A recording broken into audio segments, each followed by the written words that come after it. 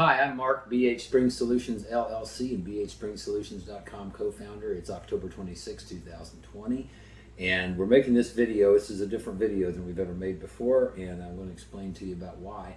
We're about 1 week from a major election in the United States, and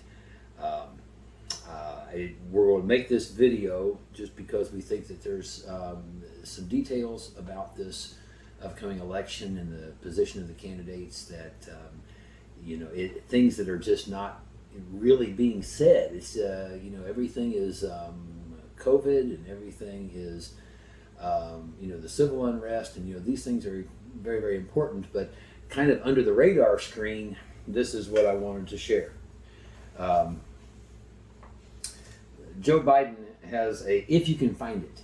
I went to his website last week and I couldn't get to this anywhere from his website. I don't know why they were hiding it, apparently, but Google had the link to get to this document. I couldn't get to it, like I say, at joebiden.com on that particular day. This is a 12-page manifesto called the Biden Plan to End Our Gun Violence Epidemic. And part of Biden's plan to end our gun violence epidemic, as it's called, is on page 4. It says, end the online sale of firearms and ammunition. Biden will enact legislation to prohibit all online sales of firearms, ammunition, kits, and gun parts.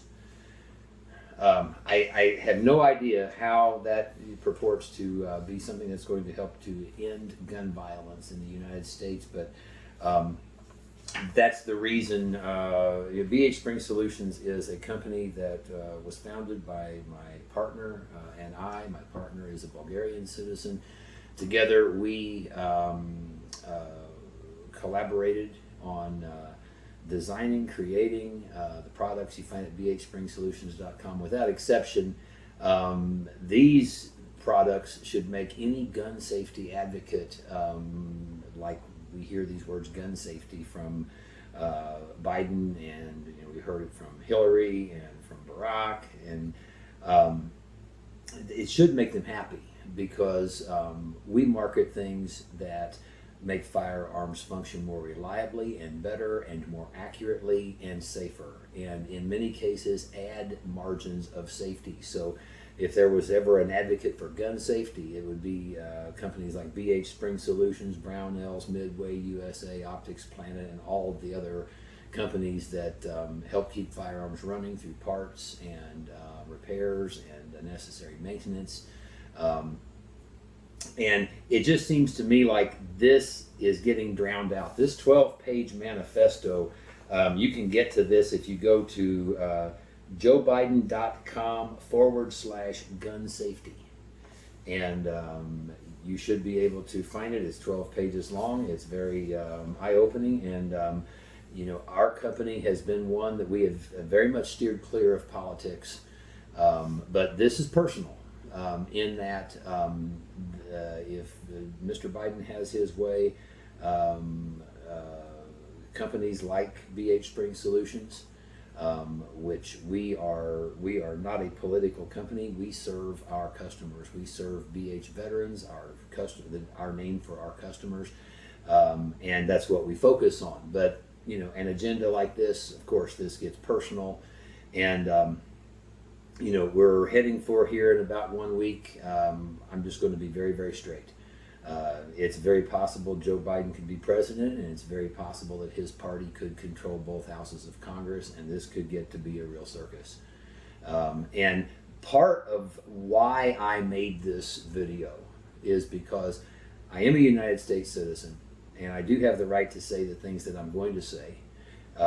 Joe Biden, I'm sure, understands the Second Amendment, but he doesn't in any way act like he understands the Second Amendment. So part of my reason for making this video is to set this matter, with fact, going back to the fundamentals, going back to the basics, and if any of the censors have a problem with this, then they really have a problem with the foundation of the United States of America. And we want to, and I'm sharing these things. I didn't make this stuff up. I didn't write this stuff. What I am saying is this is the rights, as I understand it, of individuals who live in the United States. And bringing this back to the core foundation, and I'm going to just give to you my understanding of what I read in black and white English. It starts with the founding of our country. It's the July 4th document called the Declaration of Independence. And it starts out with a very important one sentence. And it says, "We hold these truths to be self-evident, that all men are created equal, that they are endowed by their Creator with certain unalienable rights. Among these are life, liberty, and the pursuit of happiness." Now, this is not a contract. This is not the Constitution. This is the statement of who we are as Americans from the get-go, from the very beginning. And this is bringing it all the way back to July 4th, 1776, and that beginning. And this one statement is unique in that this is not our Constitution. This is who we are by definition. And I want to just point out important parts to me about that. All men are created equal, that they are endowed by their Creator with certain unalienable rights. Unalienable means cannot be taken away. It's the same word as inalienable. And among these are life, liberty, and the pursuit of happiness. And it's making the point that these are not granted by a government. These are granted by a person's Creator. And it goes without saying that I have every right to defend my life, my liberty, and my own pursuit of happiness.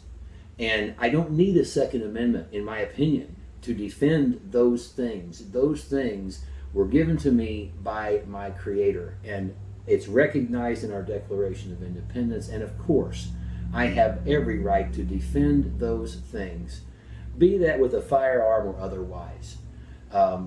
So that is my understanding, bringing everything back to the core foundation, to who and what we are as Americans. I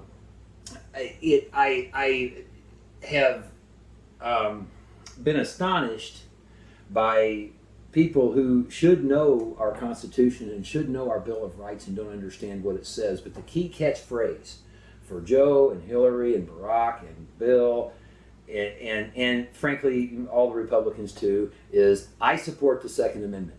And this is the first sentence that comes out of their mouth. Just watch. "I support the Second Amendment." Recently, Joe in a debate made that statement, followed up by I have no problem with hunting, I have no problem with the shooting sports, and etc. That has nothing to do with the Second Amendment to the United States Constitution. It has nothing to do with hunting. It has nothing to do with competing or sport shooting. I want to read the Second Amendment to you because it is a one-sentence amendment. We wrongly have attached the last half and quote it as if it is the whole Second Amendment, where it says, "The right of the people to keep and bear arms shall not be infringed." But there's half of the amendment ahead of that says, "A well-regulated militia, being necessary to the security of a free state, the right of the people to keep and bear arms shall not be infringed." Our founders understood this, and I want to just, my understanding of how has this paid off for the United States and the rest of the world. It has changed the course of human history as we have known it. If it had not been in World War II for a populace in the United States that was armed, that was prepared to fight for our own homeland, it probably would have been very difficult for the United States to have stretched its military in two different directions across two different oceans to handle problems in two different places. The only reason I believe that that was even possible was because even though our military was stretched around the globe in opposite directions, and that left the United States homeland very vulnerable. I don't recall ever reading in history where there was any serious thought given by our adversaries to attacking the United States homeland. Still today, I still don't believe that we live with a lot of great fear that our homeland is going to be attacked. And you know, down through history, you can't get out of the first book of the Bible. If you use that source of human history, you can't get out of the first book of the Bible before some human wasn't trying to take over some other human stuff because he had more. And you know, we've lived an entire world history of leaders of countries coveting and wanting what somebody else has, and if they can get it by starting a war and going and taking it, well, sometimes they do that. The difference with my country, with the United States of America, is to attack our homeland with your army means that you are going to fight all of us. You're going to fight the whole country.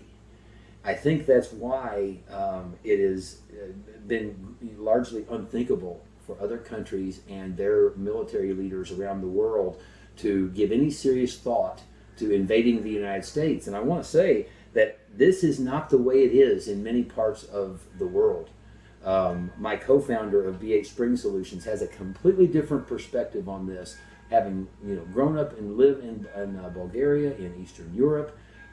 And there is quite a history of,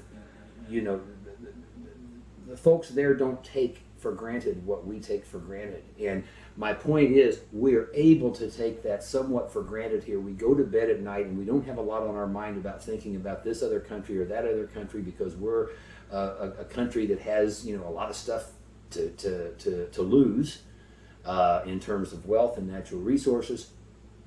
We don't go to bed at night worrying about somebody else's army or somebody else's country getting motivated to come and invade our homeland.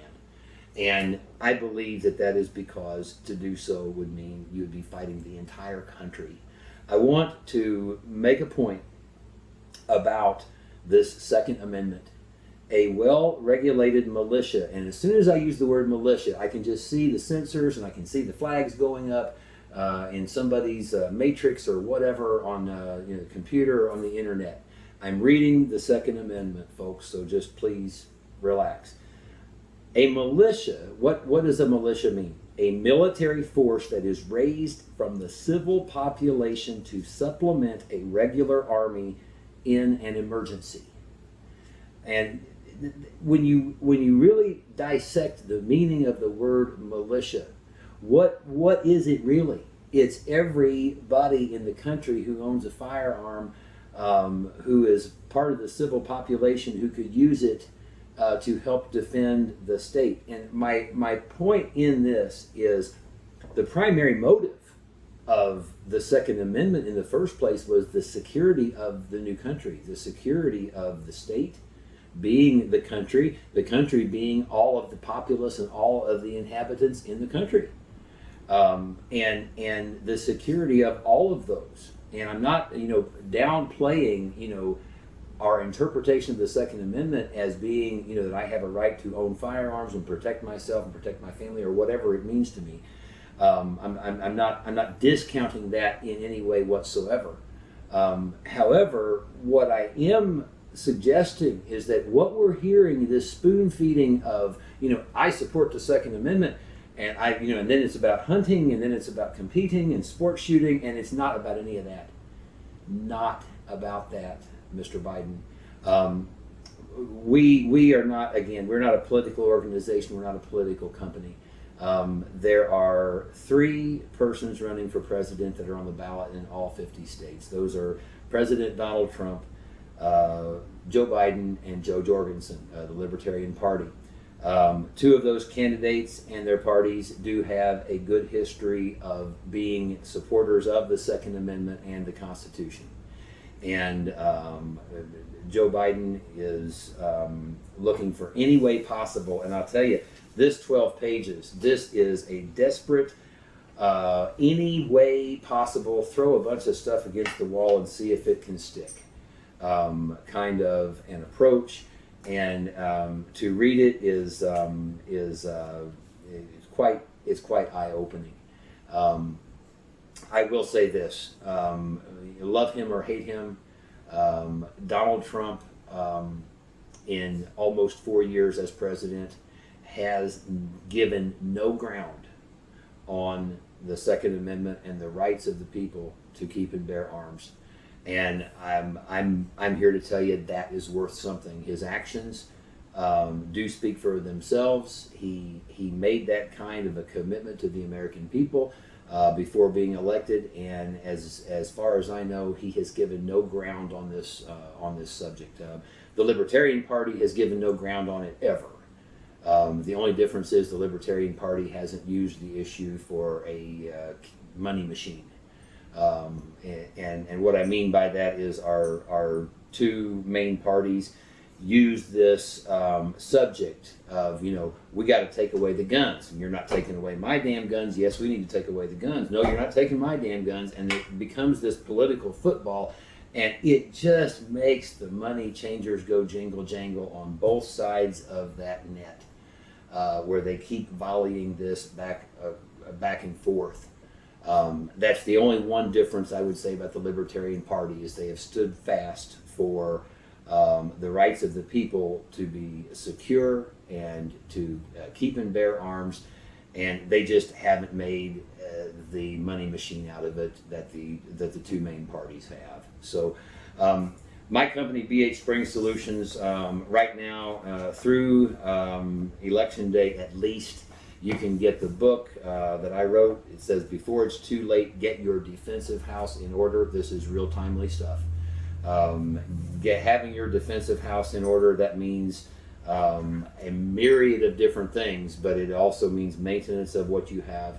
It means having spare parts, and that may have a bit more of a meaning to us here going forward, keeping on hand a supply of spare parts.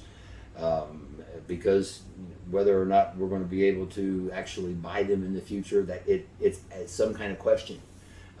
You know, when you read something like what I just read, and you have a company like ours, or if you are a company like Brownells or Midway USA or Optics Planet or many of the other good businesses that serve firearms owners and serve the need for personal security, and serve the people of the United States as to the Second Amendment. This is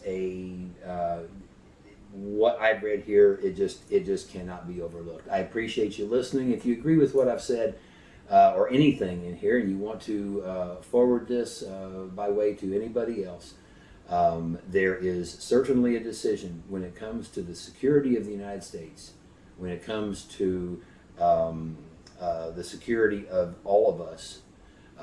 There is a real difference in what we're looking at in among the three party candidates.